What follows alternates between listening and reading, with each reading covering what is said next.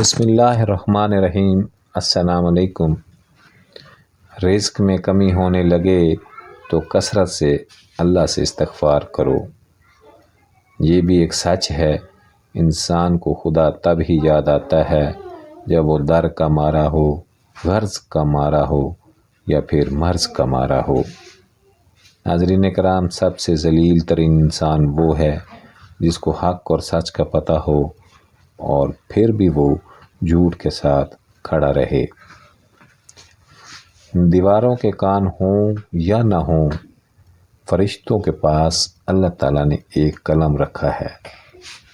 دوسروں کو گرانے کے چکر میں لوگ آخرکار خود ہی گر جاتے ہیں، لیکن پھر بھی سبق حاصل نہیں کرتے۔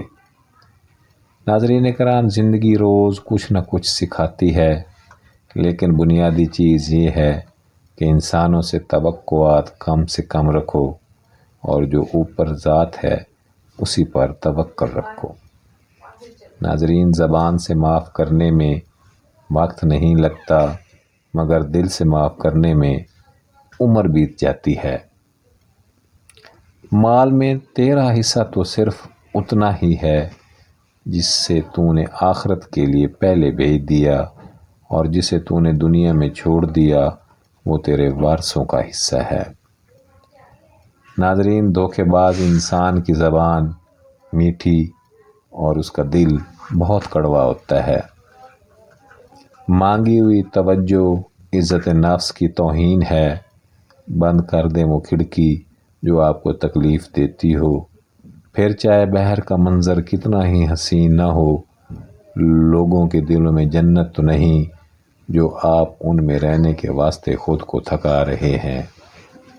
ناظرین، کریلے لطف دیتے ہیں پکانے والا اچھا ہو، سلیقے سے کہا جائے تو سچ کڑوا نہیں لگتا۔ بیوی جب اپنے مسائل شوہر کو بتاتی ہے تو اس کا مطلب یہ نہیں ہوتا کہ وہ شکایت کر رہی ہے، بلکہ وہ آپ پر اعتماد کرتی ہے۔ ناظرین، اکثر لوگ روزہ رکھتے وقت یہ غلطی کرتے ہیں کہ سحری کا ٹائم ختم ہونے سے اور اذان تک آنے تک کھانا کھاتے رہتے ہیں، اس لیے ان کا روزہ نہیں ہوتا۔ اگر طوائف بھی ہو تو تم پر فرض ہے کہ تم اس کی عزت کرو۔ اولاد کی نہیں، والدین کی تربیت کی ضرورت ہے۔ اولاد کی تربیت خود بخود اچھی ہو جائے گی۔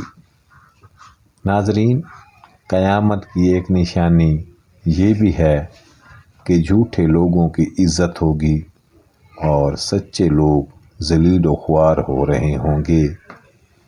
اللہ ویران ہی کے لیے کرتا ہے، دیر انہی کے لیے کرتا ہے جن کا مانگنا ان کو پسند آ جاتا ہے۔ ناظرین کرام، میری اس ویڈیو کو لائک کرنا مت بھولیے گا۔